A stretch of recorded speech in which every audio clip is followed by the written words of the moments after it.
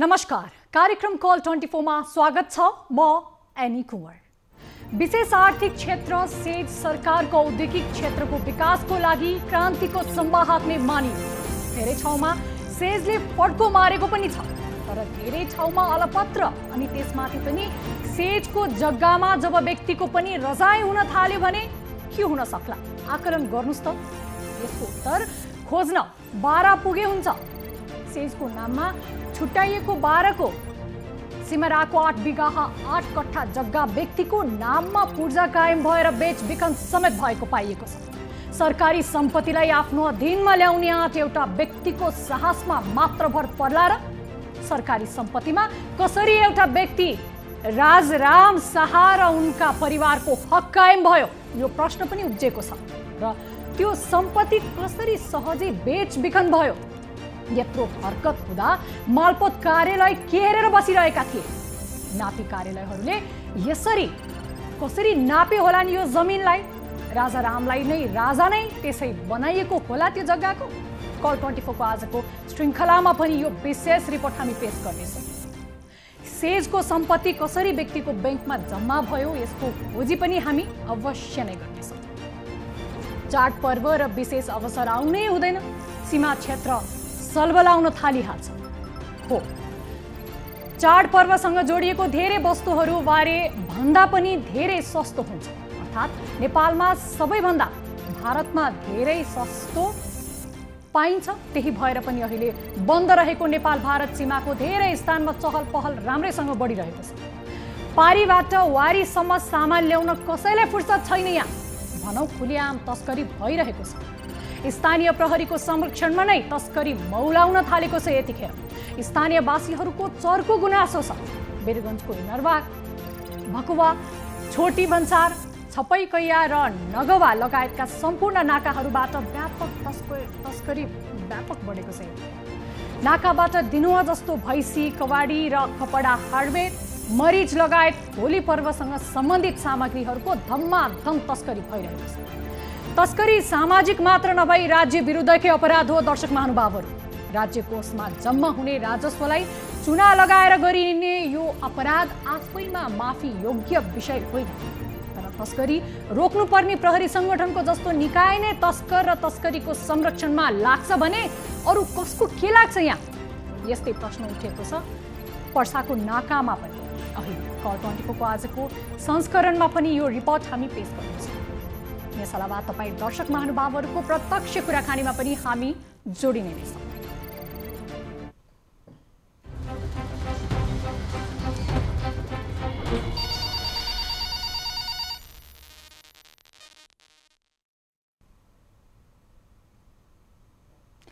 दर्शक महानुभावहरू, तपाईको समाजको वरिपरि यस्तै घटना व्यतिथिहरू छन्, भ्रष्टाचार अनियमितताहरू छन् भने पनि तपाईले हामीलाई निर्धक्क र निडर भएर आफ्नो आवाजलाई बुलन्द गरेर हामीलाई सम्पर्क गर्न सक्नुहुनेछ। यदि त्यही गुनासो सुन्नुपर्ने यस्तै सम्बन्धित निकाय र सरकारवालाहरूले सुनिरहेका छैनन् भने कार्यक्रम कल 24 को उद्देश्य नै सरकारवालाहरूसँग तपाईको समस्यालाई लिएर घचघच्याउने काम गर्दछ। हामीलाई निर्धक्क र निडर भएर कुनै पनि बेलामा सम्पर्क गर्नको लागि हाम्रो टोल फ्री नम्बर रहेको छ 1660 11 24 24। एनसेल नम्बर रहेको छ 98 0 15 7 24 24। भाइबर नम्बर रहेको छ 98 84 0 11 0 37 मा हामीलाई निर्धक्क र निडर भएर सम्पर्क गर्न सक्नुहुनेछ। यदि तपाईँ इन्टरनेटको पहुँचमा हुनुहुन्छ, विश्वको कुनै पनि ठाउँमा तपाईँ माथि त्यस्ता केही घटनाहरू भइरहेका छन् भने पनि त्यसका तथ्यहरू या भिडियो तस्विरहरू केही पनि छन् भने हामीलाई निर्धक्क भएर भाइबर र व्हाट्सएप मार्फत पनि हामीलाई त्यो तथ्यहरू पठाउन सक्नुहुनेछ र त्यही तथ्यको आधारमा तपाईको आवाजलाई नै हामी बुलन्द बनाउने काम कार्यक्रम कल 24 ले गर्दछ। भन्दै अब जाउँ आजको पहिलो रिपोर्टतर्फ। होली पर्व नजिकिएसँगै वीरगञ्जका नाकाहरूमा तस्करहरू पनि सलबलाउन थालेका छन्। यतिखेर अहिले दिनुवा जस्तो यहाँका नाकाहरूबाट तस्करले ठुलो परिमाणमा तस्करी गरिरहेका छन्। पर्सामा प्रहरी उपरीक्षक बेलबहादुर पाण्डेले कार्यवाहक सम्हालीदेखि तस्करी झन्मौलाएको स्थानीयको आरोप लगाएका छन्। अहिले वीरगञ्जको इनरवा, भकुवा, छोटी भन्सार, छपकैया, नगवा र लगायत सम्पूर्ण नाकाहरूबाट व्यापक तस्करी बढेको छ। नाकाहरूबाट दिनहुँ भैँसी, कवाडी, कपडा, हार्डवेयरका सामानहरू, मरिच लगायतका सामग्रीको तस्कर भइरहेको छ। पर्साबाट टिभी जर्नलिस्ट हरिशंकर शर्माले पठाउनु भएको यो रिपोर्ट हेर्नुहोस्।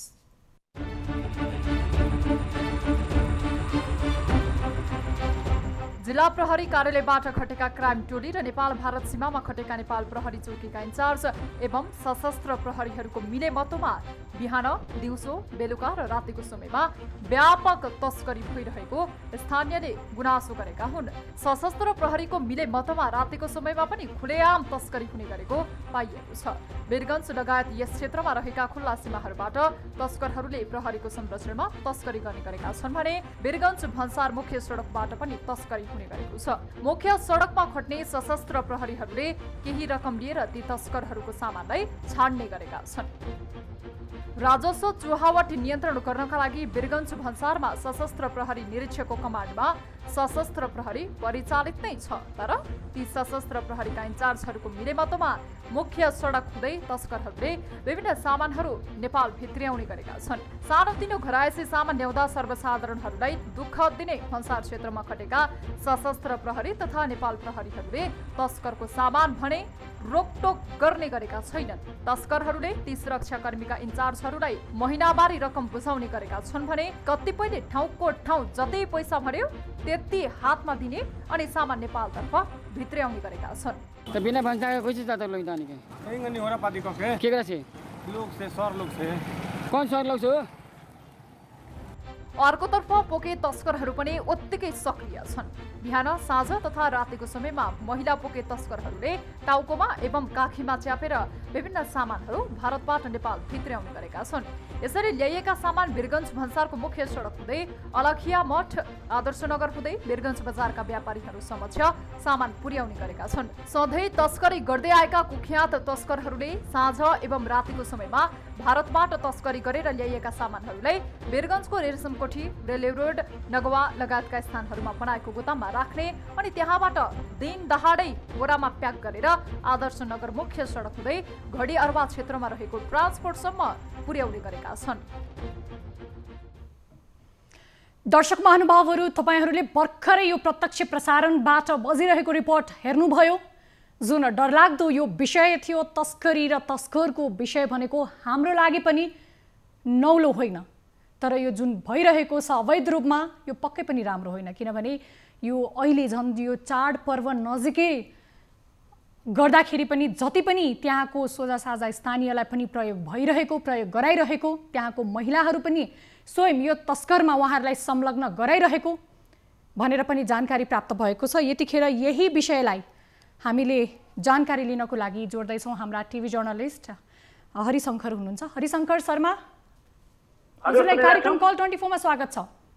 धन्यवाद। खास के भइरहेको छ, यो मजबुत रिपोर्ट तपाईले हामीलाई प्रस्तुत गराउनु भयो। त्यहाँ के कस्तो खालको तस्करी भइरहेका छ, अलिकति जानकारी गराउनुहोस् त, कसरी भइरहेको छ त्यहाँ? अनि अब यो वीरगञ्ज भनेकै ठाउँ भनेकै सबभन्दा बढी अब कालो बजारी, 2 नम्बर काम र तस्करी हुने ठाउँ भनेर चिनिन्छ। यसमा दुई मत कुरा छैन।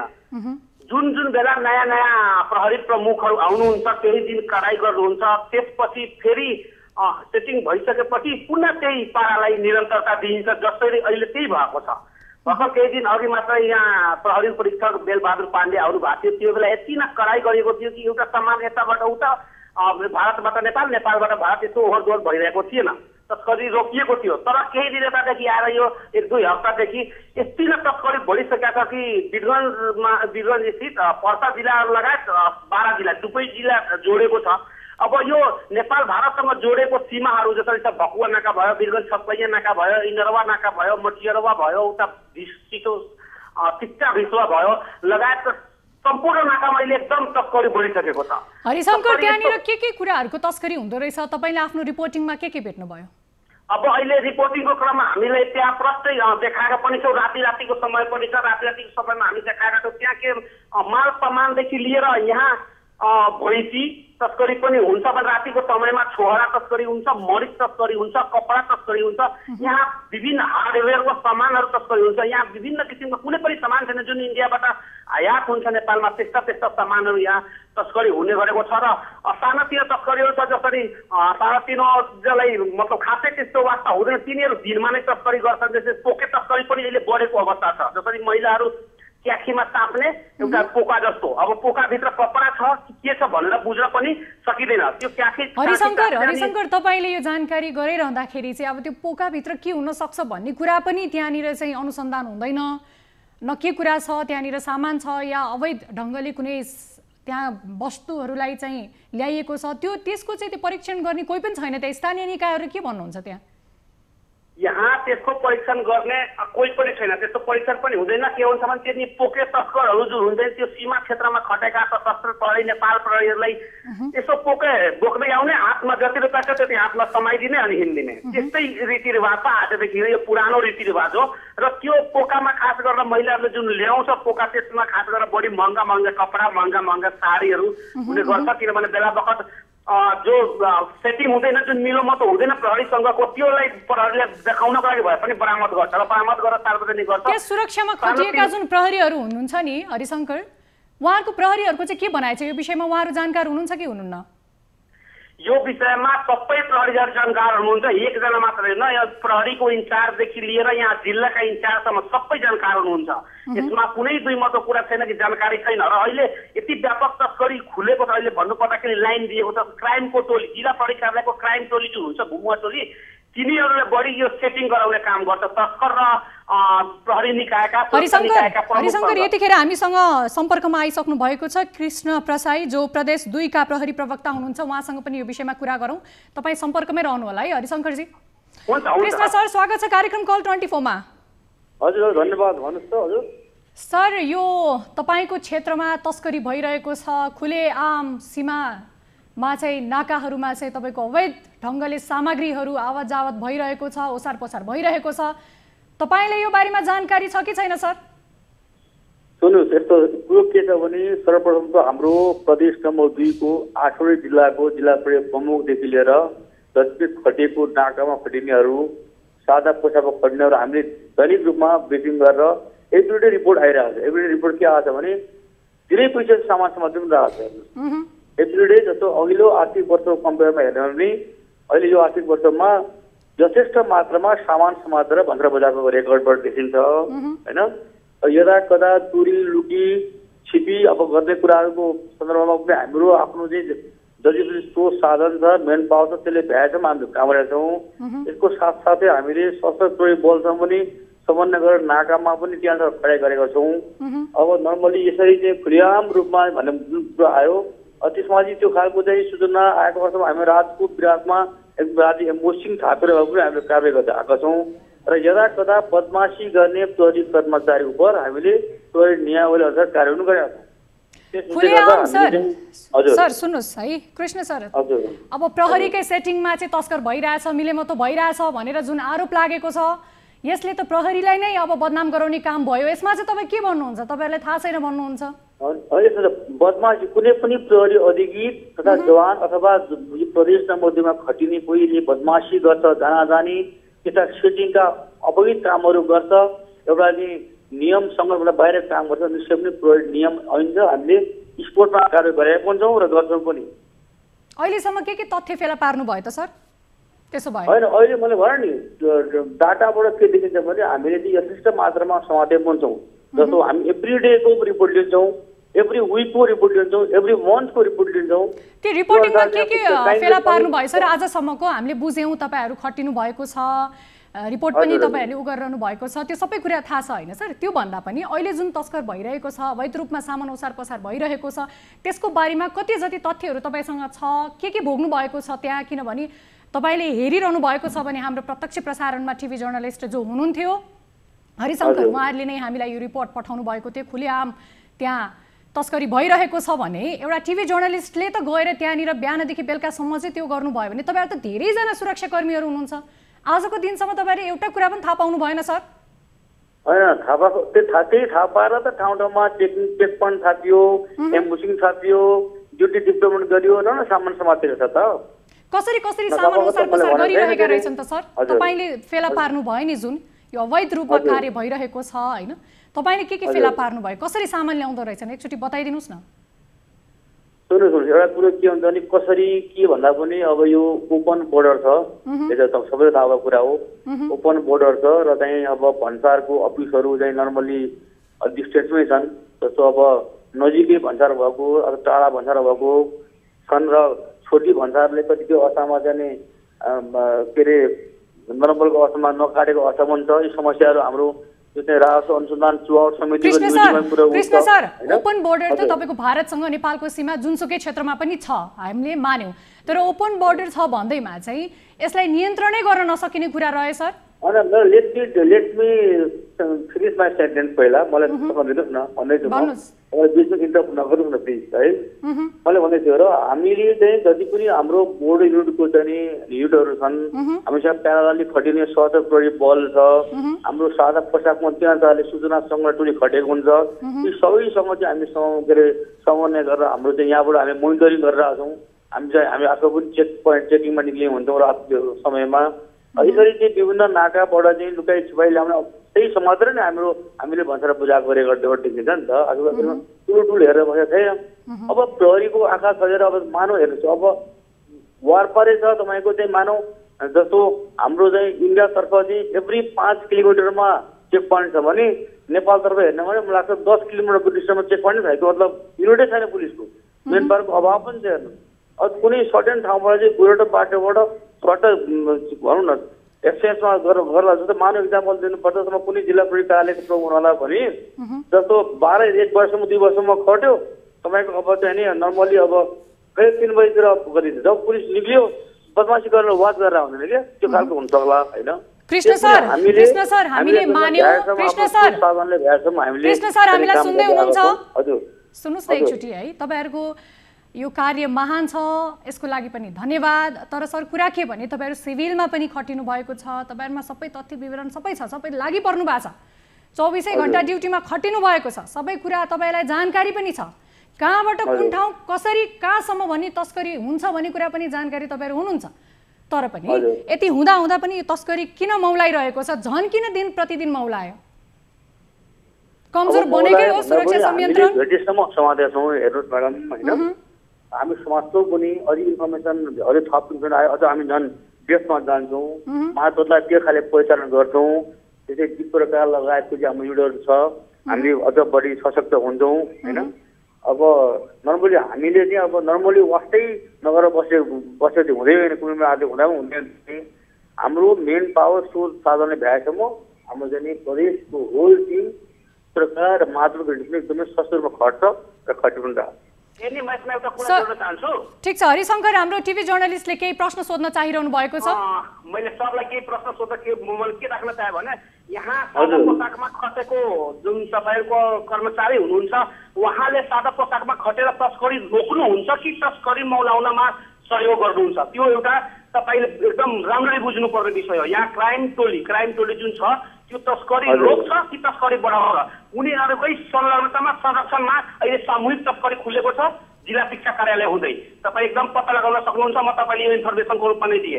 अर्को कुरा के भने हामी भिडियो जिल्लामा विशेष गरी कुन जिल्लामा पर्सा जिल्लाको छ, पर्सा जिल्लाको। र अर्कोतर्फ यो जुन हाम्रो मुख्य भन्सार जुन छ नि सडक त्यसमा इनरवा चौकी छ, त्यसमा हामीले भिडियोमा प्रश्न पठाएको छ। इनरवा चौकीनिर एउटा होइन प्रहरी टोली खटेको छ, त्यही हुँदै स्वाई सामान आइरहेछ गइरहेछ। र एउटा अर्को भिडियो पनि के पठाएको भने जुन सामानहरू यतातर्फ आउनेवाला छ नेपालतर्फ त्यो एक ठाउँमा जम्मा भएर एउटा साइडमा लागेको हुन्छ। कुन बेला हामी पैसा दिन्छौँ त्यहाँ मान्छेले मतलब सुरक्षाकर्मीले हामी सामान लिएर जान्छौँ। र तर यस्तो कुरा के भएको छ सर भने यहाँ सुरक्षाकर्मीले अहिले डाइरेक्ट पैसा पनि दिने अवस्था छैन। एकजना केटालाई राखिएको छ, मैले भिडियोमा प्रश्न देखाएको छु। एउटा केटा छ सबैसँग पैसा असुली गर्छ, त्यसले पछि दिने गरेको छ। त्यो प्रश्न तपाईँ भिडियो मैले पठाएको छु, हेर्न सक्नुहुन्छ। र यस बाहेक अरू अहिले जसरी भकुवा नाका भयो, छोटी भन्सार नाका भयो, त्यसपछि यता मोतियारवा नाका भयो, अहिले रातिको समयमा मौलिक तस्करीदेखि लिएर भैँसी तस्करी सबै अहिले एकदम भइरहेको छ। मैले राति घुमेर हेरेर त्यो गरेको छु। तपाईँ प्रश्न तपाईँ आफ्नो कर्मचारीसँग बुझ्न सक्नुहुन्छ खास के हो भनेर। र अहिले तस्करी चाहिँ खुलेकै छ, पहिलाको अवस्थामा र यो खास गरेर यो क्राइम टोलीको अहिले म हेरिरहेको छु उहाँको संरक्षण चाहिँ तस्करलाई संरक्षण गर्ने अहिले अलिकति काम बढेको छ। त्यसप्रति सरले ध्यान दिइदिनु होला, यति मतलब मैले भने। हरिशङ्कर सरलाई धन्यवाद। म अझ म यो कुरालाई चाहिँ म चित्रका प्रसाद एसपी साहब लगायत टिम र मेरो आफ्नो कार्य प्रमुख जिल्ला म जारी गर्छु तुरुन्त। अझ हामी यहाँ हेर्नेहरूलाई धन्यवाद यसको लागि। कृष्ण सर तपाईहरु जो सिभिल ड्रेसमा जानुहुन्छ नि उहाँहरु आफै खुलेआम पैसा लिनु हुँदो रहेछ, तपाईहरुको सुरक्षा संयन्त्र के भइराछ त सर? प्रहरी ले नै सुन्नु सर, कृष्ण सर एकछिन सुन्नुस्। कृष्ण सर जो प्रहरी छन् उनीहरुको जिम्मेवारीको कुरा हो त्यो सीमा नाकामा। उहाँहरु जस्तो व्यक्तिले नै खुलेआम घुस लिने भर्खर टिभी स्क्रिनमा प्ले भइरहेको छ, सिभिल ड्रेसमा गएर पैसा खुसुक लिएर भाग्नु भएको छ र एउटा जो व्यक्ति एउटा युवक छन् उनीहरु त्यसरी पैसा उठाएर हिँडिरहेका छन् भने तपाईहरुको नाकमुनि सबै यो काम भइरहेको छ, तपाईहरु के गरेर बसिरहनु भएको छ सर? बर्दी मात्र लाएर बस्ने काम भइरा हो? होइन त्यो यस्तो छ। यसमा चाहिँ म के यस्तो गर्न चाहन्छु भने निश्चय पनि अहिले हाम्रो जति पनि प्रदेशको प्रहरीहरू कुनै बदमासी गर्ने कुनै प्रहरी कर्मचारीको त्यो यथेष्ट प्रमाण भिडियो सहित आउँछ भने त निसन्देह त्यो कार्यमा परिहाल्छ। हेर्नुहोस् दुई मात्रै छैन, यो हकमा जुन सूचना दिनुभयो हरिशङ्करजीले र त्यस सन्दर्भमा म चाहिँ आफ्नो जाने रिपोर्टिङ अब हाम्रो चाहिँ कार्य प्रमुख रिपोर्टिङ गरेर चित्रका प्रशासन थप बुझ्ने काम हुन्छ यसबारेमा। यदि मिल्छ भने त्यो भिडियो हेर्नुहोस् प्लिज हामीलाई होइन।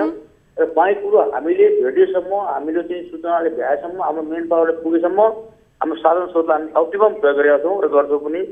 र तपाईँहरू जुन थप हामीलाई एउटा चाहिँ एउटा जुन प्रकार एउटा थप हामीलाई चाहिँ जुन ड्युटी चाहिँ दिनुभयो अझ यसको लागि म तपाईँ सबैलाई धन्यवाद दिन चाहन्छु। कृष्ण सर हजुर यो विषय एकदम गम्भीर छ, त्यसैले धेरै प्रश्नहरू उब्जिएका छन् हैन। तपाईले भनिहाल्नु भयो हामी गर्नेछौँ, जो त्यस्ता कोही सिभिल ड्रेसमा गएर मागेका छन् भने पनि उहाँलाई पनि कानुनको दायरामा ल्याउने छौँ होइन कि सर? ल्याउनु पर्यो। र यहाँ शङ्का के भयो भने सर आजको दिनसम्म हामीसँग यहाँ टिभी स्क्रिनमा हेर्न सक्नुहुन्छ दृश्य छर्लङ्ग छ सर, कसरी पैसा उठाएको छ, प्रहरीहरूले कसरी पैसा मागिरहेका छन्। यहाँ प्रहरी हो कि गुण्डा हो कि तस्करी हो कि प्रहरीको नाममा चाहिँ बर्दी लगाएर भित्रपट्टि चाहिँ त्यो तस्कर गर्ने मान्छे हो कि यहाँ त अन्यलमा पर्यो सर एउटा कुरा चाहिँ। अर्को कुरा भनेको धेरै सुरक्षाकर्मीहरू सीमामा खटिएका छन् भने ती सुरक्षाकर्मी नै तस्करमा संलग्न भएका छन् भने कसलाई विश्वास गर्ने सर? ठिक छ, यो कुरा जुन यहाँले दिनुभयो अत्यन्तै गम्भीर कुरो छ। यदि नेपाल प्रहरीका कुनै पनि चाहे त्यो बर्दीमा होस् चाहे त्यो सिभिलमा होस्, यदि कुनै प्रहरी कर्मचारीले आफ्नो पदको चाहिँ व्यवस्था गरेर कुनै प्रकार बदमासी गरेको देखिन्छ ठहर्छ भने निसन्देह हामी कारवाही गरेको पनि छौँ, गर्छौँ पनि। र अझ हामी यस कुरामा चाहिँ बडा चिन्तित छौँ र सशक्त हुनेछौँ। सर अहिलेसम्म के पनि तथ्य फेला पार्नु भएको छैन, तपाईँहरू त्यत्रो सुरक्षामा खटिनुहुन्छ, आजसम्म के पनि तथ्य थाहा छैन? आफ्नै प्रहरीहरूले खुलेआम पैसा मागिरहेका छन्, धम्काइरहेका छन् पैसा नदिनेहरूलाई, उनीहरूकै मिलेमतोबाट तस्करी भइरहेको छ। यो त डेन्जर कुरा हो नि सर। नेपाल भारतको नाकामा तपाईँहरू जस्तो प्रहरी जो देशको अङ्गरक्षक हुनुहुन्छ तपाईँहरू चौथो अङ्गमा पर्नुहुन्छ, त्यसले गर्दाखेरि तपाईँहरू जस्तो जिम्मेवार व्यक्तिले गैर जिम्मेवारी काम गर्ने तपाईँहरूलाई थाहा पनि हुँदैन, तपाईँहरू के हेरेर बसिरहनु भएको छ सर? अब एउटा कुरो के बुझ्नु पर्यो भने म्याडम अब नर्मल्ली हामीले चाहिँ नि के हेरेर बस्छौँ तथ्य देखाउँछ। हेर्नुहोस् किनभने गएको वर्षको नेपाल प्रहरीले कति रासोको लागि कति सामान बुझाएको रेकर्ड हेर्नुहोस्, अनि यो वर्ष हेर्नुहोस् कम्पेयर गर्नुहोस् है, कम्पेयर गर्नुपर्छ हामीले। अब कुरो एउटा सानो टिभीको सानो अंश हेरेर यसरी चाहिँ के गरेर बस्नु भएको क्वेसन चाहिँ सर टिभीको अंश होइन, सुन्नुहोस् सर कृष्ण सर टिभीको होइन, टिभीमा प्रत्यक्ष कसरी पैसा लिएको सुन्नुहोस् न सर, सानो कुरा नगर्नुहोस्। सानो क्लिप्स दियो भन्ने कुरा होइन, सानो कुरा होइन, देशको सीमा सुरक्षामा तस्कर भएको कुरा गम्भीर कुरा हो। राज्यले पाउने राजस्व गुमेको छ, यो चान्चुने कुरा होइन सर। तपाईँलाई सानो लागेको होला यो कुरा, तपाईँलाई यदि यो प्रमाणहरू सानो लाग्छ भने सुन्नुहोस् कृष्ण सर, धैर्य गर्नुहोस्, हामीले तपाईँलाई जानकारी गराइरहेका छौँ, धैर्य गर्नुहोस्। तपाईँले यो कुरा सानो लाग्छ भने टिभी स्क्रिनमै तपाईँले हेर्न सक्नुहुन्छ, अहिले पोसिबल छैन हेर्न भने यसपछि हाम्रो युट्युबमा पनि हुन्छ, तपाईँले हेर्नुहोस् यो कार्यक्रमलाई। यहाँ खुलेआम सिभिल ड्रेसमा कसरी तस्कर गरिरहेका छन् हेर्न सक्नुहुन्छ सर। गरेको चाहिँ भनौँ न कामहरू गरेको सामान समातेको भनेर बुझाएको पनि फलान तरिका छ यहाँसँग होइन। त्यो कुरा पनि आउनु पर्यो भन्नु खोजेँ मेरो भनाइ त्यो। र जुन हिसाबले अहिले आएको कुरा यसको अझ हामी बढी चिन्तित पनि छौँ, हामी गम्भीर पनि छौँ। र यो कुरालाई मैले इमिडिएट अहिले म चित्रका प्रशासनमा कुरा गर्छु र मेरो बोसलाई पनि जारी गर्छु। त्यो सँगसँगै सर अर्को पनि तपाईँलाई एउटा जानकारी गरौँ, तपाईँको सीमातिर हजुर। जो 20, 22, 18 वर्षका युवकहरू हुन्छन् र 16, 17, 18 वर्षका युवतीहरूलाई चाहिँ बिहा गर्ने फसाउने चक्करमा चाहिँ सीमा पारी लाने र बलात्कार हुने जस्ताका घटना पनि भइरहेका छन्। तपाईँलाई जानकारी छ कि छैन यो पनि मैले तपाईँलाई जानकारी गराएँ। यो त छँदैछ सर, यो सँगसँगैको यो जुन घटना छ नि एकदम दयनीय घटना लाग्यो कि सर। धेरै सुरक्षाकर्मी खटिँदा पनि तपाईँहरूले त्यस्ता त्यो तस्कर गर्ने व्यक्तिहरूबाट पैसा लिने को भन्दा प्रहरी। तपाईँहरू भन्नुहुन्छ हामी गर्दैछौँ, यस्तो छ भने हामी गर्छौँ, गरेको भए यो तस्कर खुलेआम हुन्थ्यो सर। कस्तो चाहिँ संयन्त्र बन्यो तपाईँको भन्छ सर। आगामी दिनमा तपाईँहरूले सुन्नुहोस् न कृष्ण सर, आगामी दिनमा तपाईँहरूले गर्नुहुन्छ यो हामीले मान्यौँ। आजको दिनसम्म यो तस्कर झन्झन बढ्नु आजको दिनसम्म के हेरिरहनु भएको थियो भन्ने कुरा हो। तपाईँका सुरक्षाकर्मीहरू कस्ता छन्? नियतमै प्रश्न आयो सर, नियति एउटा भयो प्रहरीहरूको सर, यसमा के भन्नुहुन्छ? फाइनली म के भन्न चाहन्छु भने न्युज 24 को जुन आज लाइभमा बस्नुभएका सबलाई, हामीले नेपाल प्रहरी फ्रन्टलाइन अर्गनाइजेसन हो र निश्चय पनि हामीले अपराध तस्कर विरुद्धमा काम गर्दै आएका छौँ। कतिपय कुनै बदमासी कुनै भनौँ न कुनै प्रहरीले बदमासी गरेको देखिएको अथवा कुनै तथ्य फेला पार्ने कार्य गरेको पनि छौँ, गर्छौँ पनि। र यो रेकर्डबाट के हेर्नु पर्यो भने विगतको वर्ष र अहिलेको वर्षमा कति सामान समातेको छ प्रहरीले, त्यो पनि हेर्दैन पर्यो। यति बनाइयो। ठिक छ सर, प्रहरीले त पक्कै पनि भन्दैन मैले पैसा लिएको छु, घुस लिएको छु, मैले सेटिङ गरेको छु भनेर। तपाईँहरूको छड्के चेक भन्ने हुन्छ नि सर, छड्के जाँच भन्ने हुन्छ नि, त्यो त तपाईँहरू आफै पनि गर्नु पर्यो नि सर। अनि पो थाहा हुन्छ त, कसैले आएर त भन्ने कुरा हुँदैन। प्रहरीले त पक्कै पनि भन्दैन म सेटिङमा छु भनेर। तपाईँहरूले आफै छड्के जाँच गर्नु पर्यो, नगरिकन कसरी थाहा हुन्छ सर? अनि गरिरहेछौँ, हामीले गरिरहेछौँ। के फेला पार्नु भयो गरेर आजको दिनसम्म? त्यही त भने नि रेकर्ड हेर्नुहोस् न एकचोटि, तपाईँलाई म पठाइदिन्छु, कुनै इमेल दिनुहोस्। हामीले अहिलेसम्म समातेको सामानको प्रदेशभरिको रेकर्ड म अहिले पठाइदिन्छु तपाईँको उसमा, इमेल दिनुहोस्, पठाइदिन्छु अहिले। ठिक छ सर, तपाईँ प्रवक्ता हुनुहुन्छ होइन, तपाईँको पालोमा यो भइरहेको छ, सायद यो अब भनौँ कमजोरी हो या के हो, अब यो विषयलाई कसरी अगाडि लानुहुन्छ, कसरी यसलाई तपाईँले निगरानी गर्नुहुन्छ, तपाईँको नीतिहरू के छ, रणनीति के हुन सक्छ यसको लागि सर? अब यो पोलिसीका कुराहरू तपाईँको टिभीमा भन्नु जरुरी छैन मलाई है। तपाईँ जुन खबर गर्नुभयो म त एन्सर दिएँ, मैले फिल्डमा बोलिन्छु, अहिले कुरा गर्नु ल। ठिक छ, अरू तपाईँ पनि के अरू तपाईँको तर्फबाट के हुन सक्छ सर? सर हामीसँग सम्पर्क विच्छेद भइसक्नु भएको छ र यसै गरी अहिले हामीसँग जोडिँदै हुनुहुन्छ धीरज प्रताप सिंह, प्रदेश 2 का DIGP हुनुहुन्छ। उहाँलाई पनि कार्यक्रम कल 24 मा स्वागत गरौँ यही विषयलाई लिएर। तर उहाँ सम्पर्कमा अहिले आउनको लागि अलिकति पोसिबल भइरहेको छैन भन्ने कुरा पनि जानकारी प्राप्त भएको छ। यो पक्कै पनि राम्रो होइन दर्शक महानुभावहरू, जो सुरक्षाकर्मीहरू हुन्छन् सीमामा खटिएका, उनीहरूले चेक जाँच गर्नुपर्ने ठाउँमा त्यस्ता प्रहरीहरू नै संलग्न हुने यो धन्दामा भने अब विश्वास कसलाई गर्ने? अहिले हामीसँग जोडिनु भएको छ यही विषयमा कुरा गर्नको लागि धीरज प्रताप सिंह, प्रदेश 2 का DIGP हुनुहुन्छ। उहाँलाई फेरि कार्यक्रम कल 24 मा स्वागत गरौँ। सर हजुर नमस्कार। नमस्कार सर, तपाईँको क्षेत्रमा के भइरहेको छ सर? तस्करीका कुराहरू झन्झन बढ्दै गएका छन् र तस्करी गर्नमा संलग्न पनि को भन्दाखेरि नेपाल प्रहरी। सुन्दा पनि लाज लाग्दो, तपाईँलाई के जानकारी छ सर? होइन, त्यो अब यो 2 नम्बर प्रदेशका 8 वटा जिल्लाहरू भारतीय सिमानासँग खुला छन्। यसो 465 किलोमिटर बोर्डर, यो ओपन बोर्डर छ।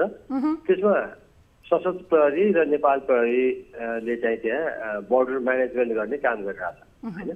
अब नेपाल प्रहरीको 88 वटा चौकी छ यो 8 वटा जिल्लामा, लगभग 1100 प्रहरीहरू कार्यरत छन् यो तस्करी रोक्नमा भने सशस्त्र प्रहरीको पनि त्योभन्दा बढी नै छन् होइन। सर ओपन बोर्डर छ हामीले मान्यौँ, अघि पनि हामी एकछिन अगाडिसम्म सरसँग शङ्कर कृष्ण परसाई हुनुहुन्थ्यो, उहाँसँग पनि कुरा गरिरहेका थियौँ। ओपन बोर्डर छ, यो हाम्रो तपाईँ हाम्रो मात्र होइन आम देश हाम्रो नेपालकै समस्या हो कि हाम्रो भारतसँग खुलेआम तपाईँको त्यो सीमा छ, त्यसलाई हामीले स्वीकार्यौँ सर। तर त्यो कुरा त्यो होइन। कुरा के हो भने सर प्रहरी नै आफै मिलेर तस्कर गरिरहेको छ, अरूले तस्कर गरेको भए त ठिक थियो ल गर्यो भन्ने। तर यो विषय किन गम्भीर बनेको छ भने नेपाल प्रहरी, सशस्त्र प्रहरी लगायत आफै मिलेर चाहिँ उनीहरू सेटिङमा नै यो तस्कर भइरहेको छ, पैसा खाइरहेको दृश्य हामीले यहाँ टिभी स्क्रिनमा प्रसारण गरिरहेका छौँ सर। प्रहरीले कसरी पैसा माग्दैछ सर? त्यो तपाईले त्यो भन्नुभएको मलाई थाहा छैन। पर्सा सर। र त्यो भयो भने मलाई पठाइदिनु होला, त्यो कुन ठाउँको भयो भने। सर पर्सा वीरगञ्ज नाकाको कुरा गरिरहेका छौं सर हामी यतिखेर। पक्कै पनि त्यो त्यसको अनुसन्धान हुन्छ र दोषी प्रहरीमाथि तपाईहरुले अनुभव गर्ने गरी तपाईहरुले थाहा पाउने गरी नै कारबाही हुन्छ। है यसमा केही कोही संलग्न हुन सक्छन्, यसमा चाहिँ यदि तपाईले हामीलाई त्यो प्रमाण गराइदिनु हो। त्यो त हामीले त्यो पनि मान्यौ सर, तर प्रहरीहरु नै किन यसरी चाहिँ तस्करमा संलग्न भए सर? रोक्नु पर्ने ठाउँमा अब प्रहरीमा यो हाम्रो के नीति के हो भने त्यसलाई बुझ्नुपर्छ। शून्य सहनशीलताको नीति छ हाम्रो प्रहरीको। यसमा कुनै पनि भ्रष्टाचार जन्य क्रियाकलापमा कोही संलग्न भयो भने त्यसलाई त्यसको कसुर अनुसारको कारबाही गरिन्छ। तर तपाईले त्यो फुटेज त देखाउनु भयो होला हैन, तर हामीले चाहिँ के गरेका छौं भने कुनै पनि तपाईले कुनै ठाउँमा यो ओपन बोर्डरको उसमा चाहिँ कुनै व्यक्तिको हिसाबले त्यसले गरे हुन्छ। यसले प्रहरीको बदनामी त हुने भयो, तर त्यसलाई त्यस्तो उसमा हुनेलाई तत्काल कारबाही गरिन्छ। त्यसलाई सेवाबाट बर्खास्त गर्ने गरी कारबाही गरिन्छ। यदि हामीलाई कुनै तपाईहरुले त्यस्तो प्रमाणहरू गर्नुभयो भने र त्यस्ता प्रहरीहरू यही तपाईले रेकर्ड गर्नु भने यही आर्थिक वर्षमा 35-36 जना प्रहरीहरूको सेवाबाट बर्खास्त भइसकेका छन् त्यस्ता क्रियाकलापमा संलग्न। त्यसमा हामी शून्य सहनशीलता अपनाउँछौँ।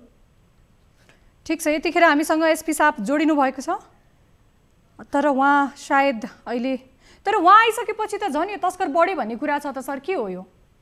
उहाँ आफै संलग्न त हुनुहुन्न नि, हाम्रो जो हुनुहुन्छ बेलबहादुर पाण्डे सर, उहाँ आइसकेपछि त झन् मौलायो भन्ने कुरा छ। यो खास सेटिङ तल भन्दा पनि माथिबाटै छ कि क्या हो सर? त्यो यो कोही आएपछि सेटिङको यो मौलाउने भने गलत कुरा हो। यो कसरी यो रिपोर्टिङ भयो यो मैले बुझिसकेको छैन। तर त्यहाँ हामीले के गर्छ भने सर यो गलत कुरा होइन, स्थानीयहरूले नै सर सुन्नुस् तपाईलाई पनि प्रश्नाइदिउँ, यो गलत कुरा होइन र यो हामीले भनेका पनि होइनौँ, यो स्थानीयहरूको गुनासो। किनभने स्थानीयहरूसँग त्यहाँको व्यापारीहरूसँग चाहिँ खुलेआम पैसा उठाएको, अवैध रूपमा तस्कर भइरहेको, नाकाबाट सामान आवत जावत भएको र उहाँ आइसकेपछि झन् मौलाएको गुनासो छ। स्थानीयहरूले गुनासो गरेका छन्। स्थानीयहरूसँग भेटघाट छ कि छैन तपाईहरुको?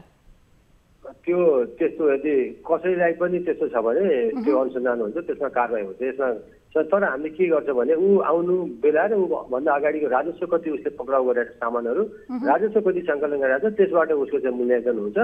यदि कुनै पनि चाहे त्यो जवान होस् चाहे त्यो डिआइजी होस् कोही पनि त्यसमाथि संलग्न छ भने यसमा चाहिँ नेपाल प्रहरीको जुन नीति अन्तर्गत त्यसमा त्यो अनुसन्धान हुन्छ र बिना पूर्वाग्रही त्यसमा चाहिँ निर्मम कारबाही हुन्छ। यसमा ढुक्क हुन म धीरज सर, अनुसन्धान हुन्छ, कारबाही हुन्छ, यो हामीले सबैले थाहा भएको कुरा हो। नीति के छ, नियम के छ, यो पनि हामीलाई थाहा भएको कुरा हो।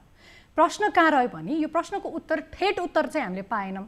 के उत्तर पाएनौँ भने सर नेपाल प्रहरी नै यसरी संलग्न हुँदाखेरि तस्कर झन् मौलाएको छ र यो संलग्न हुँदाखेरि तपाईहरुको अनुसन्धान किन यस्तो फितलो बनेको भनेर चाहिँ अनुसन्धानमा प्रश्न उठ्यो के सर? कुनै पनि उसमा चाहिँ सेवामा चाहिँ प्रवेश गर्ने सबै एकदमै पूर्ण रूपमा इमानदार हुँदैनन्। पूर्ण रूपमा प्रहरीमा इमानदार हुनुपर्छ। यदि त्यस्तो छैन भने प्रहरी सेवाबाट त्यसलाई बर्खास्त गरिन्छ। प्रहरीको अहिले हाम्रो केन्द्र सरकारको नीति त्यही हो। त्यसकारण कोही पनि त्यसमा संलग्न छन् भने त्यसमा वस्तुनिष्ठ अनुसन्धान हुन्छ।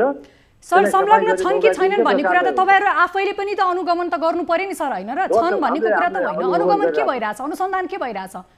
डेफ्टमा गएर रिसर्च गर्नु परेन सर? तस्करीमा को संलग्न छन्, किन यसरी धमाधम तस्करी बढेको छ आफ्नो क्षेत्रमा, कतै ठुलैको हात छ या के छ भन्ने कुरा त यसको डेफ्टको रिसर्च त तपाईले गर्नुपर्ने हो नि सर, होइन? रिसर्च चाहिँ नगर्ने, छन् भने कानुनको दायरामा ल्याउँछौँ भन्ने होइन सर।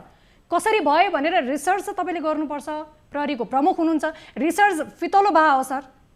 आक्षेप त तपाईलाई लागिरहेको छ, भोलि पनि तपाईलाई लाग्छ। केही पनि फितलो भएको छैन। यसमा चाहिँ त्यहाँ प्रहरी मात्र छैन, सशस्त्र प्रहरी लगायत अन्य निकायले पनि बोर्डर म्यानेजमेन्ट गरेर हुन्छन्। र मैले तपाईँलाई भनिहालेँ नि, नीतिभन्दा बाहिर जाने जोसुकैलाई पनि कारबाही हुन्छ र त्यो कारबाहीको हाम्रो अनुगमन चाहिँ बडा निरन्तर रूपमा भइरहेको हुन्छ। मैले भने जसले गर्छ एकचोटि गराएर हुँदैन, दोस्रोचोटिमा त्यो समातिन्छ।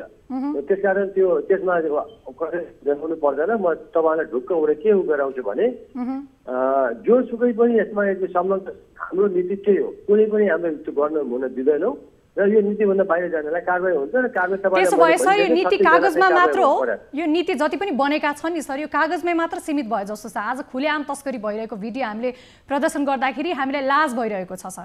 अब तपाईँले त्यो भिडियो कहाँको हो म त्यो तपाईँलाई त्यो भिडियो हेरेको वीरगञ्जको नाकाको हो सर म भन्न सक्छु वीरगञ्जको नाकाको भिडियो हो कसरी पैसा लिएको छ कसरी दिएको छ कहाँसम्म के गरेको छ सबै खुलस्त हामीले देखाइरहेका छौँ सर हामीलाई लाज भइरहेछ सर आज यो दृश्य देखाइरहँदाखेरि मैले बुझेँ नि त्यो के भयो हामीलाई पनि जानकारी गराउनु होला त्यो पठाइदिनु होला त हामीलाई त्यो अनुसन्धानमा सहयोग गराइदिनु होला तपाईँले अनि त्यसपछि हामी चाहिँ यदि कोही संलग्न त्यसमा देखिएको कर्मचारीहरू सबैमाथि कारबाही हुन्छ तपाईँले थाहा पाउने हाम्रो तर्फबाट सरलाई सहयोग गर्ने त छँदैछ सर होइन तर यो हामीले थाहा पायौँ थाहा पाएर नै तपाईँलाई हामीले यो बारेमा भन्यौँ यदि थाहा नपाएको हामीले पनि थाहा नपाएको भए तपाईँहरूले कहाँ पुग्नुहुन्थ्यो सर यसमा त्यही छ मैले भनिसकेँ नि तपाईँलाई मेरो कोही पनि नीतिभन्दा बाहिर गयो भने उमाथि निर्मम तरिकाले यो भ्रष्टाचार गर्ने उसमा कारबाही हुन्छ र तपाईँले थाहा पाउने गरी कारबाही हुन्छ त्यो तपाईँले हामीलाई अनुसन्धान गर्न दिनुहोस् न त्यसपछि मात्रै म केही कुरा भन्न सक्छु त्यहाँ धेरै महिलाहरू र धेरै पुरुषहरू पनि मिलेर चाहिँ तपाईँको पोकाहरू बोकेर टाउकोमाथि काखी च्यापेर लुकी लुकी तस्कर भइरहेको छ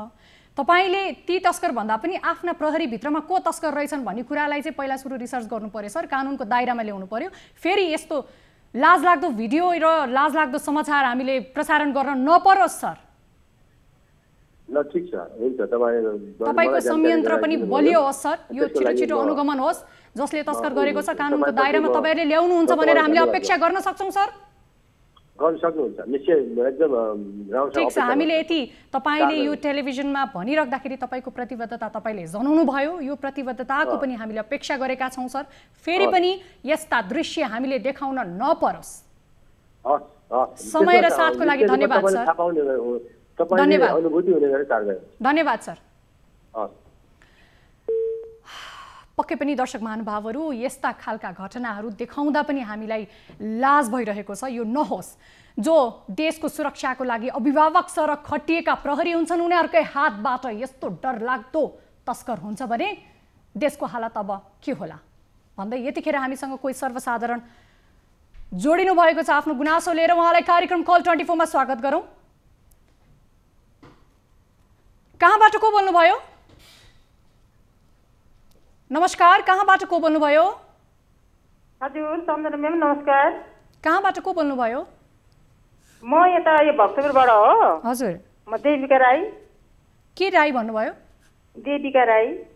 देविका राई के थियो तपाईको गुनासो मेरो गुनासो भनेको म्याम हेर्नु न यहाँनिर अब विदेश लान्छु भनेर पैसा ठगेर खाएको करिब 2 वर्ष हुन लाग्यो अनि त्यो पैसा उठाउनको लागि मेरो घर चाहिँ स्थानीय घर चाहिँ खोटाङ हो त्यही पैसा उठाउनको लागि म घरबाट आएको 1.5 महिना भइसक्यो त्यो पैसा अहिले दिन्छु भरे दिन्छु गरेर एकदम झुलाइ छ कन्ट्याक्ट चाहिँ घरि अब अहिले नै दिउँला स्टिम गर्छ तर त्यो मान्छेले सम्बन्धी मान्छे भेट पनि गरेको छैन कहाँको मान्छे हो जसलाई तपाईले रकम मान्छे घर चाहिँ अब त्यो ठेगानामा चाहिँ अब गुल्मी भन्ने छ कागजमा चाहिँ अब कता हो ठ्याक्कै भन्ने कुरा त अब थाहा छैन के नाम हो त्यो काठमाडौँमै हो या कता छ त्यो पनि अहिले थाहा छैन अब सम्पर्कमा चाहिँ घरिघरि छ भेट भएको छैन त्यो मान्छे पैसा दिने व्यक्तिको नाम के हो भन्नुस् त हजुर पैसा तपाईले दिनु भयो हैन पैसा लिने व्यक्तिको नाम चाहिँ के हो भन्नुस् त शेखर शाह उहाँको घर ठेगाना के पनि थाहा छैन तपाईलाई हजुर हजुर हजुर पैसा दिएको के भाउचरहरु छ तपाईसँग धेरै दुःख दिइरहेको छ सेकेन्डमा अब पैसा दिन्छु भन्दै फोन गर्यो हैन अब आशी छ नि त मलाई त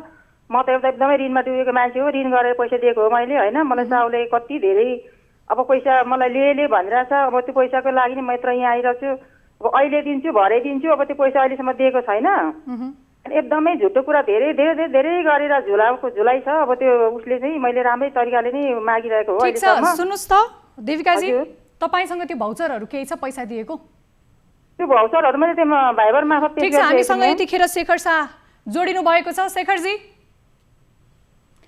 शेखर जी हजुर हजुर कार्यक्रम कल 24 मा स्वागत छ यहाँलाई हामी न्यूज 24 टेलिभिजनबाट कल 24 भन्ने कार्यक्रमबाट बोलिरहेका छौं हजुर हजुर तपाईले विदेश जान्छु भनेर चाहिँ देविका राईबाट रकम लिएर उहाँलाई ठग्नु भएछ विदेश पनि पठाउनु भएन छ फोन गर्दा पनि दिन्छु भनेर झुल्याउने काम गर्नु भएछ आफ्नै दाजुभाइले आफ्नै दिदीबहिनीलाई यो ठग्ने काम के हो सर भनिदिनुस् त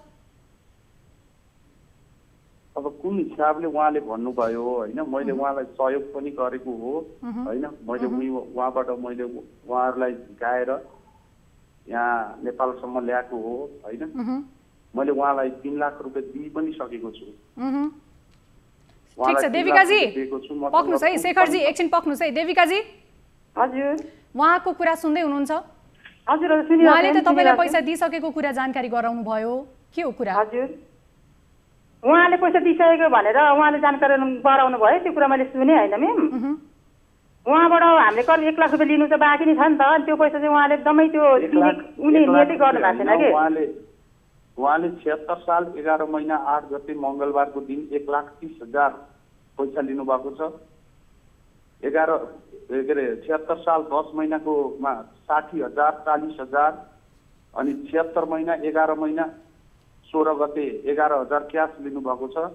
77 साल 8 महिना 15 गते 35,000 लिनुभएको छ। होटेलको बिल मलाई 4500 प्लस 2,000 क्यास गरेर मलाई 6,500 रुपियाँ दिलाउनु भएको छ। आइएमईबाट मैले 10,000 पठाएको छु र क्यास 2,000 दिएको गरेर मैले 2,94,500 रुपियाँ मैले उहाँलाई दिइसकेको छु। देविकाजी, हजुर हजुर उहाँले तपाईलाई विभिन्न बिल गरेर तपाईलाई 2,000 3,000 कति हजार गरेर पठाउनु भएको छ भन्ने कुरा गर्नुभयो, सबै पैसा दिइसके भनेर भन्दै हुनुहुन्छ। तपाईले चाहिँ किन एकदमै झुटो हो म्याम, यो कुरा एकदम झुटो हो। अब दिएको पनि हो होइन, तर अब हामीले मैले लिनु टोटल 1 लाख रुपियाँ बाँकी छ। त्यो 1 लाख रुपियाँ चाहिँ उहाँले दिनको लागि एकदमै 75,000 रुपियाँ उहाँले लिन बाँकी छ होइन। उहाँलाई मैले बारम्बार फोन गरेर मैले दिन्छु पनि भनेको छु। शेखरजी तपाईसँग उहाँलाई के दिनु भएको त्यो बिल भाउचर सबै छ? रेकर्ड छ तपाईसँग? भाउचर छ, सबै छ। क्यास पैसा मैले 2 लाख। अब दिन बाँकी कति भन्नुस् त? दिन बाँकी कति? हजुर तपाईले देविकाजीलाई दिनुपर्ने रकम कति छ अब? अब 70,000 देखि 75,000 मात्रै छ। कहिले दिनुहुन्छ? अब म दिन्छु म्याम। अब मैले म त्यही कामको सिलसिलामा म बुटोल आएको छु। यो काम मैले गरेको पनि होइन, उहाँ विभिन्न माध्यमबाट मसँग ठोकिनु भयो। होइन ठिक छ, पैसा त तपाईले हातबाट लिनु भएको होला नि होइन? काममा ठोकिनु त्यो अलग पाटोको कुरा, पैसा त तपाईलाई दिनु भयो होला उहाँले। होइन मैले ग्यारेन्टी पनि दिएको हो होइन। उहाँ चाहिँ अर्कै माध्यमबाट आउनु भएको थियो। त्यो माध्यमको कुरा छोड्नुस् न शेखरजी, यहाँ सुन्नुस् त शेखरजी, माध्यमको कुरा छोड्नुस् न। तपाईले दिनुपर्ने रकम कहिले दिनुहुन्छ, कहिलेसम्म दिनुहुन्छ त्यो टाइम पनि भन्दिनुहोस्, नझुल्याउनुहोस्, झुल्याउने काम नगर्नुहोस्। उहाँले कहाँबाट ऋण काटेर ल्याउनु भएको होला, उहाँको ब्याजको कुरा छ के छ, नझुल्याउने काम नगर्नुहोस्। म यो हप्ता दिन्छु म्याम। म बुटोलबाट पर्खिसकेपछि मैले उहाँलाई पैसा दिन्छु। कति समयभित्र दिनुहुन्छ? मैले 1 हप्ताभित्र दिन्छु म्याम। 1 हप्ताभित्र दिनुहुन्छ? हजुर। तपाईले नेशनल टेलिभिजनमा प्रत्यक्ष प्रसारणमा बोलिरहनु भएको छ है, फेरि ढाट्न पाइँदैन नि। हस् म्याम। देविकाजी? हजुर म्याम।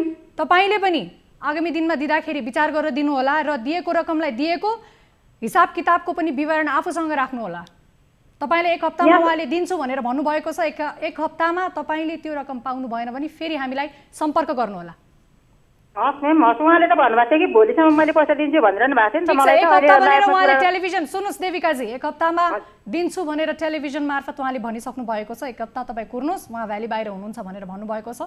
1 हप्तामा तपाईँले रकम पाउनु भएन भने फेरि हामीलाई जानकारी गराउनुहोस्, हामी यो विषयलाई उठान गर्नेछौँ। समय र साथको लागि धन्यवाद देविकाजीलाई पनि र शेखरजीलाई पनि। यसरी नेपाली दाजुभाइ दिदीबहिनीले आफूले ठग्ने काम यो गर्दै नगरौँ भनेर हामी पनि भन्छौँ, तर यो भइरहेको छ। अब जाउँ आजको अर्को रिपोर्टतर्फ। उद्योग मन्त्रालय मातहतमा रहेको विशेष आर्थिक क्षेत्र सेज प्राधिकरण सिमराको 8 बिघा 8 कट्ठा जग्गा व्यक्तिको नाममा पूर्जा कायम भएर बेचबिखन भएको भेटिएको छ। यतिखेर सेजको 833 बिघा मध्ये बी ब्लकको 8 बिघा 8 कट्ठामा जग्गा यो व्यक्तिले आफ्नो भनेर दावी गर्दै बेचबिखन गरेको पनि भेटिएको छ। यतिखेर एउटै फिल्ड बुकमा रहेको जग्गाको दोहोरो नापी नहुँदा तत्कालीन चिनी मिल र व्यक्तिको गरी 2वटा फरक किता नम्बर कायम भएको छ। साविक गाविस पिर्सा सिमरा तर्फबाट नापी हुँदा किता नम्बर 124 कायम भएको छ भने अर्कोतर्फ गाविस तर्फबाट नापी गर्दा 260 नम्बरका किता कायम भएको पाइएको छ। यी 2 किता मध्ये पिर्पा सिमरा तर्फको 124 तत्कालीन चिनी मिलको नाममा दर्ता भएको छ भने किता नम्बर 260 व्यक्तिले किता काट भएर 5औं चरणमा बेचबिखन समेत गरिसकेको पाइएको छ।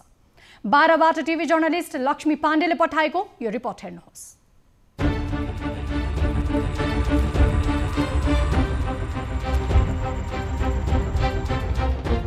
समय सेजको जग्गा राजाराम शाह र उनका परिवारको नामबाट पटक गरी नेपाल पेट्रोलियम ट्रेड लिङ्कस प्राइभेट लिमिटेडको नाममा बेचबिखन भएको पाइएको छ। पेट्रोलियम ट्रेड लिङ्कसले किता नम्बर 1724, 1736, 1737, 1738, 1739 र 1740 को 6 बिघा 10 कट्ठा जग्गा सोलर कम्पनी सञ्चालन गर्न भौतिक संरचना बनाउने तयारी गरेको कम्पनीले जनाएको छ। फिल्ड बुक एउटै भएको जग्गाको दुईवटा फरक किता नम्बर कायम गरेर कसरी बेचबिखन भयो त भन्ने विषयमा नापी कार्यालय सिमराले भने तत्कालीन समयमा अमिनबाट गल्ती भएको जनाएको छ। नापीबाट 2022 सालमै गल्ती भएकै कारण तत्कालीन अवस्थामा नापी गर्दा 4 किल्लाको जग्गा नभिडाएकै कारण एउटै किता नम्बर कायम भएको नापी कार्यालय सिमराका सूचना अधिकारी विनोद कुमार चौधरीले बताए।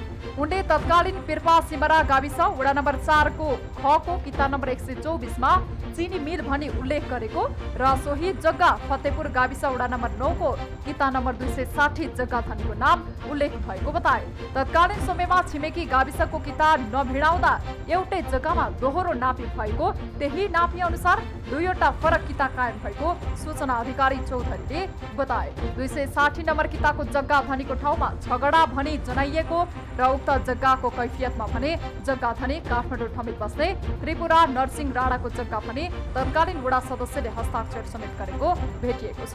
एउटै फिल्डबुक भएको दुईवटा फरक कितामध्ये कुन चाहिँ वास्तविक जग्गा धनीको हो भन्ने विषयमा नापी कार्यालय वास्तविक पुरानो नापी जुन हो सोही आधारमा जग्गा धनी कायम हुने जनाएको छ।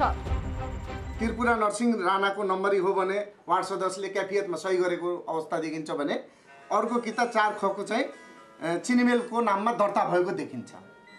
अब जसको नाममा दर्ता भएर आएर किता काट भएको अवस्था नक्साबाट हामी देख्यौँ, तर चिनीमेलको जग्गा किता काट भएको किता भएको 124 पिपरा सिमराबाट नापी भएको किता काट भएको छैन। तर फतेपुर 9बाट 260 को किता 8 बिघा 16 कट्ठाको जग्गा चाहिँ किता काट भएको देखिन्छ। त्यो विभिन्न व्यक्तिहरूको नाममा गएको छ, तर नक्साको स्वरूप हेर्दा दुईटै जग्गा एउटै हो। यो पछिल्लो समय सेज र व्यक्तिले आफू जग्गा धनी भएको दाबी गरेपछि नापी र मालपोत कार्यालयले सो जग्गाको किताकाट र बेचबिखनमा रोक लगाएको छ। यता व्यक्तिले दाबी गरेको जग्गा सेजको भएको सिमरा सेजका सहायक इन्जिनियर अजय चौधरीले बताए। उनले सेजले आफ्नो जग्गा सुरक्षित राखेको र सेजको जग्गामा व्यक्तिले तारबार गरेको थाहा पाउन साथ जनप्रतिनिधि र प्रहरी प्रशासनको रोहबरमा व्यक्तिले गाडीको किल्ला फ्याँकिएको सहायक इन्जिनियर चौधरीले बताए। एउटै जग्गालाई दुईटा किता काटमा भेटिएको देखियो र दुईटा गाविस र दुईटा वाडामा कन्भर्ट भइसकेपछि हाम्रो 124 नम्बर किताको विवरण हेर्दाखेरि हाम्रो जग्गा सुरक्षित छ। तर फिल्डमा त्यही जग्गामा आएर केही व्यक्तिहरूले डिमार्केसन गर्न खोज्दाखेरि हामीले हाम्रो यहाँको स्थानीय लगायत सहयोग समितिका पदाधिकारीहरूसँग गएर त्यो किल्ला चाहिँ उखाड्न लगाइयो। विशेष आर्थिक क्षेत्र सिमरा सेजले आफ्नो नाममा रहेको जग्गाको संरक्षणमा चासो नदेखाउँदा 4.5 दशकपछि व्यक्तिको नाममा पूर्जा बनेको भेटिएको हो। सेजको 833 बिघा मध्ये ए ब्लकको करिब 350 बिघा बाहेक अतिक्रमणमा परेका जग्गाहरू पटक बेचबिखन समेत भइसकेको छ। 2059 सालमा चिनी मिल बन्द भएपछि उद्योग मन्त्रालयले मन्त्री परिषदको निर्णयबाट सो जग्गामा गार्मेन्ट उद्योग सञ्चालन गर्ने गरी 2075 साल चैत 18 गते प्रधानमन्त्री केपी शर्मा ओलीबाट शिलान्यास समेत भएको थियो। तर शिलान्यास भएको 3 वर्षमा सेजले अतिक्रमणमा परेको आफ्नो जग्गा फिर्ता गर्न सकेको छैन, न त उद्योग नै सञ्चालन गर्न सकेको छ। उल्टै सरकारी जग्गामा व्यक्तिगत संरचना दिन प्रतिदिन थपिँदै गएको छ। दर्शक महानुभावहरू 12 मा जुन भर्खरै तपाईहरुले जुन यो रिपोर्ट हेर्नुभयो, सार्वजनिक जग्गा व्यक्तिको नाममा धमाधम पास भइरहेको छ, तर पनि सम्बन्धित निकायलाई यो थाहा छैन। यो विषयमा हामीले सम्बन्धित निकायका नै जो हामीसँग अहिले हुनुहुन्छ ईश्वर केसी वडाको अध्यक्ष हुनुहुन्छ, जितपुर सिमरा उपमहानगरपालिका 4 नम्बरको, उहाँलाई कार्यक्रम कल 24 मा स्वागत गरौँ यही विषयको लागि प्रश्न हुनको लागि। अध्यक्षज्यू हजुर स्वागत छ कार्यक्रम कल 24 मा। हस्, नमस्कार। तपाईको यो क्षेत्रमा सार्वजनिक जग्गा धमाधम व्यक्तिको नाममा भइरहेको छ, एक व्यक्तिबाट अर्को व्यक्तिमा फेरि बेचबिखनको कार्य भइरहेको छ। तपाईलाई यो बारेमा केही जानकारी छ? हैन, यस्तो छ, हामीले त्यसको जग्गा जुन 124 नम्बर किता हो हैन, यो 124 नम्बर किताको हकमा चाहिँ तपाईको दुईटा चाहिँ वार्ड नम्बर 4 मा भएकोलाई समथिङ 11 नम्बर वार्ड नम्बर 11 मा चाहिँ कायम गरेर त्यहाँबाट चाहिँ तपाईको चाहिँ अर्को पूर्जा निकालेर त्यो जानसाक्षी गरेर बनाइएको देखिएपछि हामीले चाहिँ त्यो पहिले नै तपाईको चाहिँ धेरै वर्ष पहिला एउटा निवेदन प्रकारको कार्यान्वयन हुन सक्छ।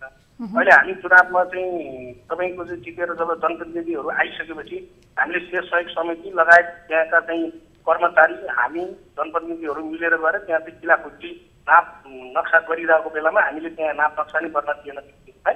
र अहिले हामीले चाहिँ त्यो जग्गाहरू खाली नै राखेका छौँ र हामीले सम्बन्धित मन्त्रालयमा गएर त्यहाँ सचिव साहबलाई मैले सबै जानकारी पनि गराएको छु, लिखित पनि मौखिक पनि, र सम्बन्धित मन्त्रीज्यू लेखराज भट्टज्यूलाई पनि मैले स्वयं भेटेर उहाँलाई चाहिँ सबै जानकारी गराएको छु।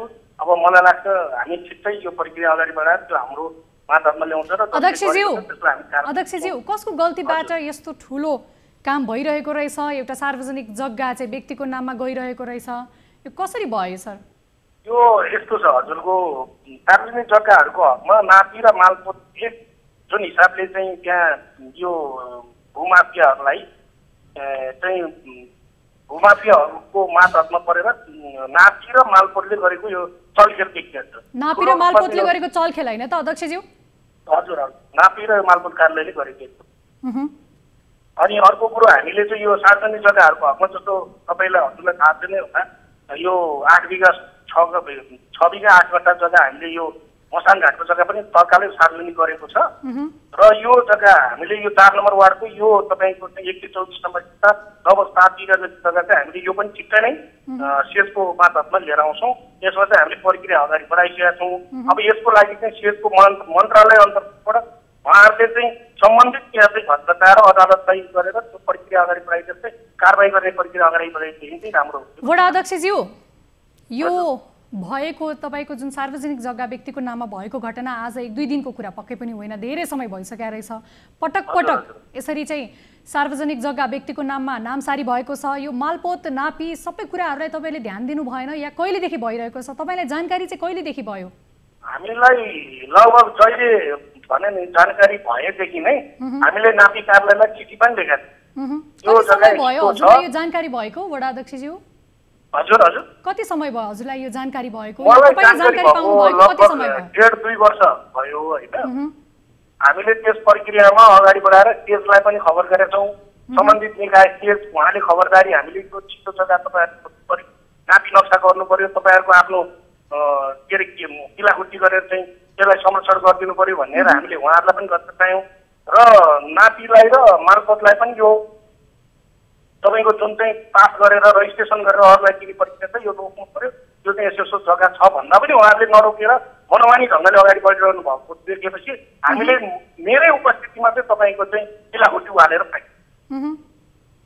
भनेपछि वडा अध्यक्षज्यू, मालपोत र नापीकै चलखेल देखियो, सार्वजनिक जग्गामा त यत्रो चलखेल गर्ने आँट छ भने अरू जग्गाको के कुरा गरौँ होइन? उहाँहरू को हुनुहुँदो रहेछ, को व्यक्ति नापीमा पनि तपाईँको मालपोतमा को त्यस्ता कर्मचारीहरू संलग्न छन् भन्ने कुरा तपाईँलाई के जानकारी छ?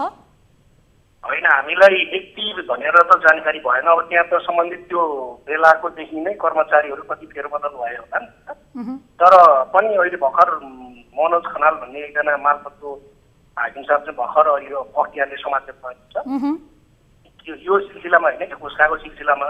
भनेपछि मेरै 4 नम्बर वार्डको एउटा जग्गाको अर्को एउटा लफडा मिलाउँछु भनेर उहाँले घुस खान खोज्नु भयो। घुसखाको एकदम रङ्गिहालसहित समाचार लगाएको छ। त्यसैले गर्दा सार्वजनिक जग्गाहरूको हकमा हाम्रो जितपुर सिमरा उपमहानगरपालिकाको प्रत्येक जग्गाहरू के अरे वार्डको चाहिँ तपाईँको सार्वजनिक जग्गाहरूलाई चाहिँ भूमाफियाहरूले त्यसलाई चाहिँ निजीकरण गर्ने र त्यो रजिस्ट्रेसन गर्ने काम चाहिँ तीव्र रूपमा अगाडि बढाइरहेको छ। हामीले यसको लागि चाहिँ भत्काइरहेको छौँ सम्बन्धित निकायलाई। सुन्नुहोस् न, जो यो सार्वजनिक व्यक्ति, सुन्नुहोस् न, सार्वजनिक जग्गा चाहिँ जो व्यक्तिले नामसारी गर्नु भइरहेछ नि, राजाराम शाह भन्नेको नाम आएछ, उहाँ कता हुनुहुन्छ? उहाँलाई कानुनको दायरामा ल्याउनु भएको छ कि छैन? अनुगमन उहाँले भएको छ कि छैन? त्यो राजाराम जो व्यक्ति छ जो उसैको चलखेलमा त्यो भात देखिया छ होइन र उहाँले चाहिँ जुन बेला नापे थियो त्यो जग्गा सीमाङ्कन गर्न खोजेको थियो हामीले त्यही बेलामा पनि तपाईँको चाहिँ त्यो बेलामा चाहिँ किलाफुटी उखालेर फ्याँकेर तपाईँको चाहिँ पुरै हामीले त्यहाँ चाहिँ नाप्ने नक्सा गर्न नै त्यहाँ थिएनौँ। तर अब अहिले फेरि अर्को कुनै व्यक्तिले शिव घिमिरे भन्ने व्यक्तिले किन्नु भएको छ अरे होइन कुनै ग्यास फ्याक्ट्रीको को हुनुहुन्छ उहाँ अब शिव घिमिरे भन्ने व्यक्तिले किनेर तपाईँको चाहिँ त्यो जग्गा चाहिँ फेरि नापी नक्सा गरेर फेरि हामीले तपाईँले यो नगर्नुहोस् है त्यो भनेर हामीले किलाफुटी गरेर उहाँ सम्बन्धित त्यो खरिद गर्ने व्यक्ति पनि तपाईँ फस्नु भएको छ भनेका छौँ। वडाध्यक्षज्यू हामीसँग समय अत्यन्त कम भएकोले गर्दा तपाईँलाई के जानकारी गराउँ किनभने यो सार्वजनिक जग्गाको जुन कुराहरू उठ्छ धेरै सार्वजनिक जग्गा तपाईको वडादेखि लिएर मालपोतदेखि लिएर नेताहरूदेखि लिएर सबैले धमाधम व्यक्तिको नाममा गरेको कुरा नौलो होइन तर यो राम्रो होइन यो राष्ट्रको सम्पत्ति राष्ट्रको हुनुपर्छ भन्ने हामी सबैजनाको बनायो। सुन्नुहोस् वडाध्यक्षज्यू मुलुकी देवानी संहितामा 2074 सालको दफा 5 को उपदफा 5 मा सरकारी वा सामुदायिक सार्वजनिक त्यस्ता केही सम्पत्ति त्यस्ता जग्गाहरू चाहिँ आफ्नो नाममा गर्न दर्ता गर्न नहुनेछ। सुन्दै हुनुहुन्छ वडाध्यक्षज्यू तपाईलाई थप केही जानकारी छैन भने कानुन व्यवस्था अनुसार यो दर्ता बदर हुन्छ र मुलुकी देवानी संहिता 2074 को दफा 5 को उपदफा 5 मा सरकारी सामुदायिक जग्गा जसले यस्तो दर्ता गरेको छ उनलाई कानुनी दायरामा पनि ल्याउन जरुरी छ हैन र यो सँगसँगै यस्ता विषयहरूलाई चाहिँ जिल्ला कार्यालय र स्थानीय तहलाई पनि थाहा दिन जरुरी छ। अनि अर्को कुरा के छ भने जसले पनि यो जग्गाको विषयमा सार्वजनिक जग्गा चाहिँ धमाधम व्यक्तिको नाममा भइरहेको जसले पनि यो सूचना दिनुभएको छ नि वडा अध्यक्षज्यू उहाँहरूलाई चाहिँ गोप्यमा राख्नुपर्छ र त्यस्ता व्यक्तिहरूलाई सम्मान गर्नुपर्छ पुरस्कार दिनुपर्छ भन्ने पनि यो चाहिँ तपाईको उल्लेख गरिएको छ। यस विषयमा तपाईहरुले पनि पहल गर्दै गर्नुहोला। हामी पनि सम्बन्धित निकायलाई फोन गरेका थियौं तर उहाँको फोन उठिरहेको छैन तर उहाँहरूले यो जानकारी प्राप्त भइसकेको होला। यो रिपोर्टलाई हामी उठान गर्नेछौं फलोअप गर्नेछौं। तपाईहरुले पनि यो गम्भीर विषयलाई उठान गर्नुहोला। हामी सहकार्य गर्न सक्छौं। सुन्नुहोस् वडा अध्यक्षज्यू हजुर हाम्रो टिभी जर्नलिस्टले मजाले यो दृश्यहरू पठाइरहनु भएको छ। उहाँले पनि तपाईलाई दृश्यहरू उपलब्ध गराउनुहुन्छ हैन भने हाम्रो टेलिभिजनमा प्रसारण भइरहेको छ। तपाईलाई थप प्रोसेसको लागि काई के चाहिँ मिडियाको तर्फबाट यो राष्ट्रको सम्पत्तिको लागि सहयोग चाहिएमा हाम्रो टिभी जर्नलिस्ट त्यहाँ हुनुहुन्छ। एकदम समयको लागि तपाईलाई धन्यवाद। यो पक्कै पनि राम्रो हैन। तपाई यो विषयलाई गम्भीरताका साथ अगाडि लानु होला। सुन्दै हुनुहुन्छ वडा अध्यक्षज्यू? हजुर सुनिरहेछु। गम्भीरका साथ लानु होला। यो पक्कै पनि राम्रो होइन। समय र साथको लागि तपाईलाई धेरै धेरै धन्यवाद। दर्शक महानुभावहरू यसरी राष्ट्रको सम्पत्ति यो धमाधम व्यक्तिको नाममा नेताको नाममा यो हुने हो भने अब जसले जे गरे पनि भयो यो देशमा खुलेआम राष्ट्रको सम्पत्ति रहेन। यो चलखेल भइरहेको छ आज होइन धेरै वर्ष भइसक्यो। धमाधम एउटा व्यक्तिले राष्ट्रको सम्पत्ति एक दिन दुई दिन गरेर सबै कुम्ल्याउने काम गरिरहेको छ भने स्थानीय सरकार प्रदेश सरकार केन्द्र सरकारको ध्यान कता गएको छ यसमा पनि हाम्रो गम्भीर प्रश्न रहेको छ। यो विषयलाई हामी उठान गर्नेछौँ भन्दै आजको निर्धारित समय सकिसकेको छ। धेरै यस्ता विषयहरू छन् जसलाई हामीले आज प्रसारण गर्न सकिएनौँ यो समयको अभावले गर्दा। यस्तै तपाईको समाजमा बेतिथि यस्तै अनियमितता भ्रष्टाचार यस्तै सार्वजनिक जग्गा वन आफ्नो नाममा गर्ने धमाधम थाहा नदेखिन सेटिङ घुस प्रहरी लगायतका यस्ता कुराहरू छ भने पनि तपाईहरुले भाइबरमा व्हाट्सएप मार्फत पनि हामीलाई पठाउन सक्नुहुनेछ र हामीलाई हाम्रो टोल फ्री नम्बर रहेको छ। यस्तै आवाज बुलन्द गर्नुस् किनभने यो राष्ट्रको सम्पत्तिलाई जोगाउनु पर्ने हामी सबैजनाको दायित्व हो भन्दै हामीलाई सम्पर्क गर्नको लागि हाम्रो टोल फ्री नम्बर रहेको छ 1660 11 24 24 र 98 0 15 7 2424 फाइबर नम्बर रहेको छ भने अर्को नम्बर रहेको छ 98 84 0 11 037 मा हामीलाई आफ्नो आवाज बुलन्द बनाउनुस्। आफ्नो समाजमा राष्ट्रमा सरछिमेकमा के भइरहेको छ यस्ता घटनाहरूको बारेमा पनि हामीलाई तपाईहरुले यस्ता तथ्यहरू पठाउन सक्नुहुनेछ। यही तथ्यको आधारमा पनि हामीले सम्बन्धित निकायसम्म घचघच्याउने काम गर्दछौं भन्दै आजको निर्धारित कार्यक्रम कल 24 को समय सकिसकेको छ। भोलि फेरि हामी यस्तै विषयलाई उठान गरेर उपस्थित हुने नै छौं। हामी निरन्तर न्यूजमा छौं। नमस्कार।